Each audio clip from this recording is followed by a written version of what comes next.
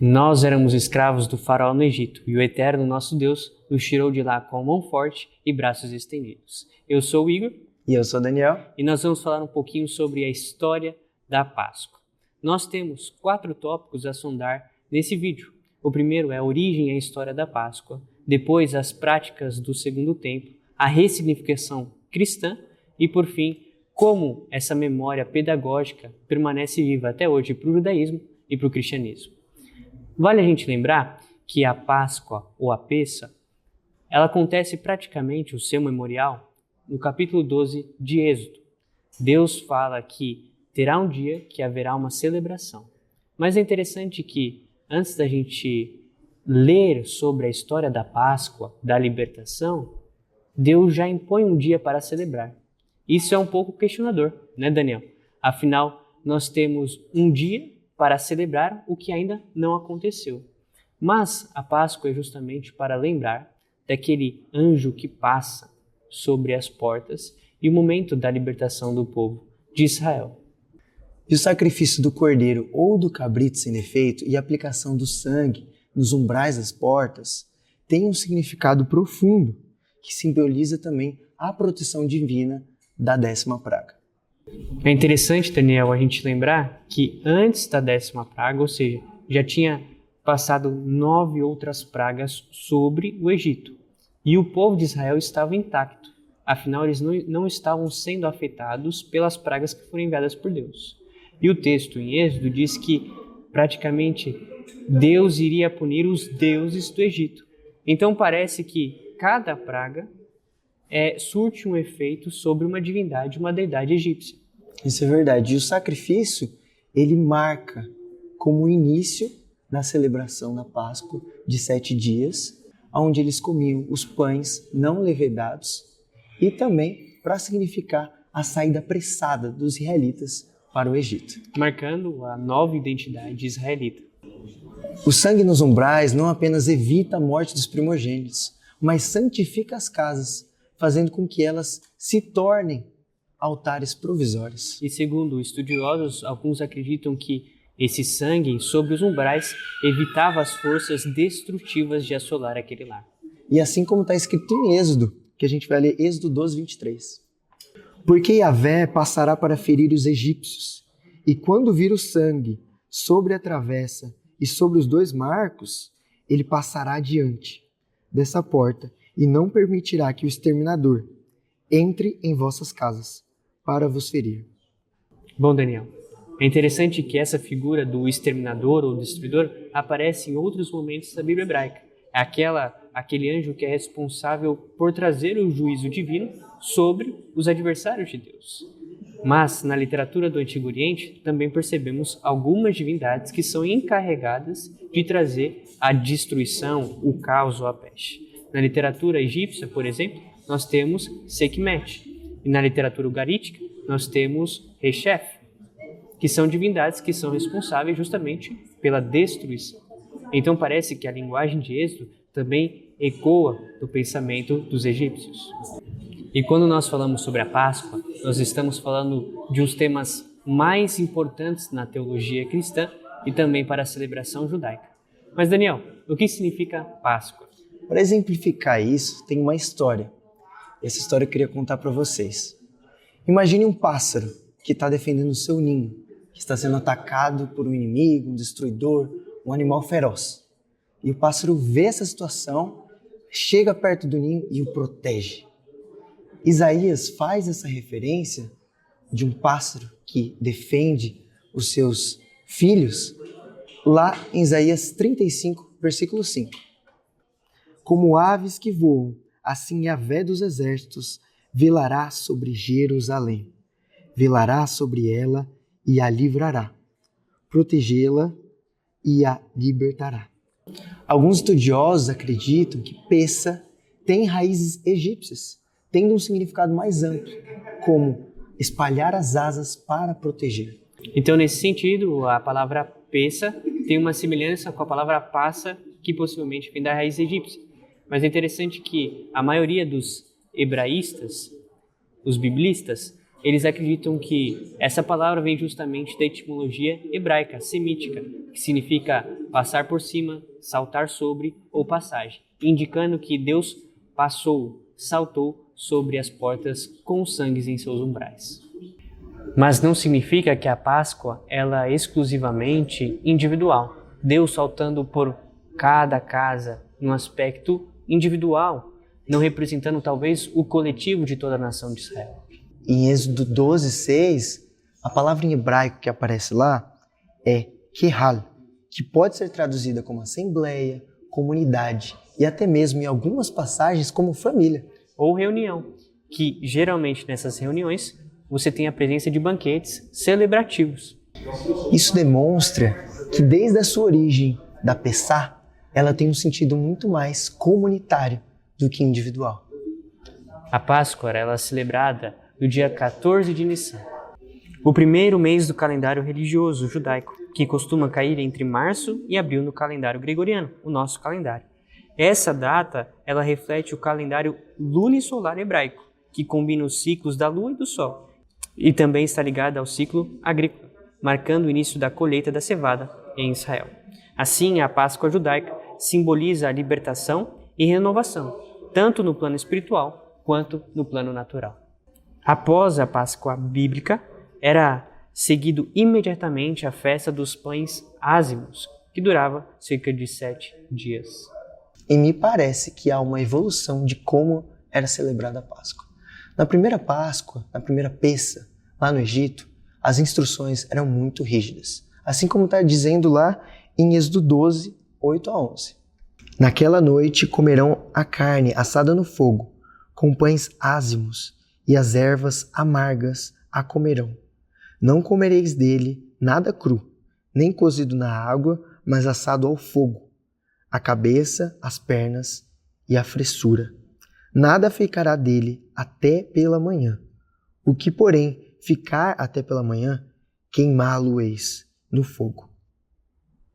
E assim que devereis comê-lo, com os rins cingidos, sandálias nos pés e a vara na mão.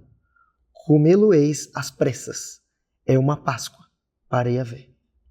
Tudo isso simbolizava a urgência da partida. Ou seja, depois a Páscoa se tornou uma celebração anual, onde se celebrava durante 7 dias, depois durante 8 dias. Só que apesar do aspecto brando da celebração, você não podia comer o pão com fermento. Ou alimentos, né? Fermentados. Ou alimentos fermentados, para assim se lembrar do passado, da pressa ao sair do Egito. E com o desenvolvimento da celebração da Páscoa, a tradição judaica apresenta alguns costumes litúrgicos que deveriam ser seguidos com precisão.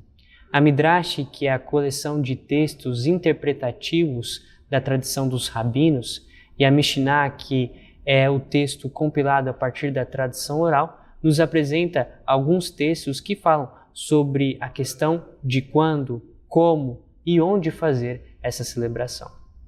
No Talmud de Jerusalém, nós lemos que o sacrifício diário é abatido às 8h30 e trazido às 9h30, na véspera da Páscoa. Se cair numa sexta-feira, é abatido às 6h30 e oferecido às 7h30. No Midrash Shemot Rabbah, interpreta a pressa da saída do Egito como um símbolo do presente momento histórico. Porém, aponta para um futuro messiânico em que a saída será serena e triunfante. Porque com pressa saíste da terra do Egito, mas no futuro porque não saireis apressadamente, como a gente lê em Isaías 52:12. A Agadá de Pessa, que nós citamos no começo do vídeo, quando lida durante o Seder, o jantar pascal, é um reforço pedagógico até hoje, de que cada pessoa da família, cada israelita, cada israelense, cada judeu, quando celebra a Páscoa, ele mesmo deve se lembrar como se ele estivesse presenciado aqueles momentos da saída, da libertação do Egito. O rabino medieval Rashi, comentando Êxodo 12:11, diz que a oferta é chamada Pessa em alusão à primavera e à passagem, porque o santo, bendito seja ele, passou sobre as casas dos israelitas, enquanto o israelita que estava entre eles escapou. Introduzindo a prática judaica da Páscoa no período do Segundo Templo, que vai desde 516 a.C. após o exílio babilônico até 70 depois de Cristo, que é muito marcado também pelo desenvolvimento religioso e a diversidade teológica dentro da comunidade judaica. A vida nesse período era marcado em torno das festividades religiosas, além de que, nesse momento que nós às vezes conhecemos como período intertestamentário ou entre testamentos, nós temos a origem dos saduceus, do farisaísmo ou até mesmo das sinagogas. É interessante que as celebrações, as três principais, as festas das peregrinações, como a gente conhece a Pessa, a festa da Páscoa, o Shavuot, a festa da colheita ou do Pentecostes, ou o Sukkot, a festa das cabanas ou do tabernáculo, tinham como principal demanda a presença do judeu, do israelita, em Jerusalém, a fim de oferecer um sacrifício. As festas solenes e austeras, como a Rosh Hashanah e o Yom Kippur, tinham um caráter mais introspectivo e penitencial, voltado à renovação espiritual. Essas festas são consideradas as mais importantes do calendário judaico, pois apenas não comemoram, mas também atualizam liturgicamente os grandes atos salvíficos de Deus na história de Israel, conectando o passado, presente, por meio do culto e da memória. A Pessa, como narrativa pedagógica e coletiva, é um reforço à identidade judaica, onde o passado é constantemente atualizado por meio dos ritos. Crianças e adultos se colocam no lugar dos escravos que uma vez foram oprimidos lá no Egito. Continuando a oração da Agadá de Pessa, que diz assim: Nós éramos escravos do faraó no Egito, e o Eterno, nosso Deus, nos tirou de lá com mão forte e braço estendido. E se o Santo, bendito seja, não tivesse tirado nossos antepassados do Egito, então nós, nossos filhos e os filhos de nossos filhos, ainda estaríamos subjugados ao faraó do Egito. E mesmo que todos fôssemos sábios, todos entendidos, todos anciãos, todos conhecedores da Torá, ainda assim seria nosso dever contar a história da saída do Egito. E todo aquele que se dedica a contar a história da saída do Egito é digno de louvor. Essa é uma das orações que são faladas na celebração da Páscoa, desde a época do Segundo Templo, que se perpetua até hoje. A Páscoa, celebrada até os dias de hoje, principalmente entre os cristãos, ganhou uma nova ressignificação. O que aconteceu, Daniel? A cristologia do Cordeiro, que acontece ali no Novo Testamento, Jesus ele é identificado como o Cordeiro de Deus que tira o pecado do mundo, que está lá em João 1,29, vinculando com a morte dele na data da Pessa, que é relatado lá em João 19,14 também. Paulo afirma que Cristo, nosso Cordeiro Pascal, foi sacrificado, ou seja, reinterpretando o sacrifício como uma expiação universal. A professora Ana Castro diz o seguinte: a Páscoa cristã como um todo se pautará majoritariamente nos evangelhos de Mateus, Lucas, Marcos e João. Por fim, intenta-se demonstrar que a Páscoa cristã ressignificou alguns significantes da Páscoa judaica, promovendo uma mutação cultural que desagou na formação de uma nova identidade para a celebração em âmbito cristão. A Páscoa cristã está fundamentada nas passagens sobre a última ceia, sobre a crucifixão e a ressurreição de Cristo. É interessante que os discípulos estavam se preparando, à semelhança, talvez, dos israelitas. É curioso nós pensarmos que a última ceia, ali representada agora ou contextualizada como um ceder, transforma os elementos do suco e do pão no corpo de Cristo. De algum modo, a memória é ressignificada e os símbolos são atualizados. E agora, os cristãos não veem apenas a libertação do Egito como um marco principal da Páscoa, mas sim a crucificação de Cristo e a libertação do pecado. É interessante a expressão fazer isso em memória de mim, que está lá em Lucas 22,19, que acaba fugindo um pouco do rito da Pessa. Ou seja, agora há uma nova definição, pois é incluído uma nova memória. para a Páscoa. E essa memória, ela deve ser preservada. É interessante que a Páscoa, em ambas tradições, de algum modo convergem com o rito de passagem. No judaísmo, é a libertação do povo físico do Egito e a inauguração de um povo separado. No cristianismo, é também uma passagem, uma libertação do pecado e a inauguração de uma nova aliança com Jesus Cristo.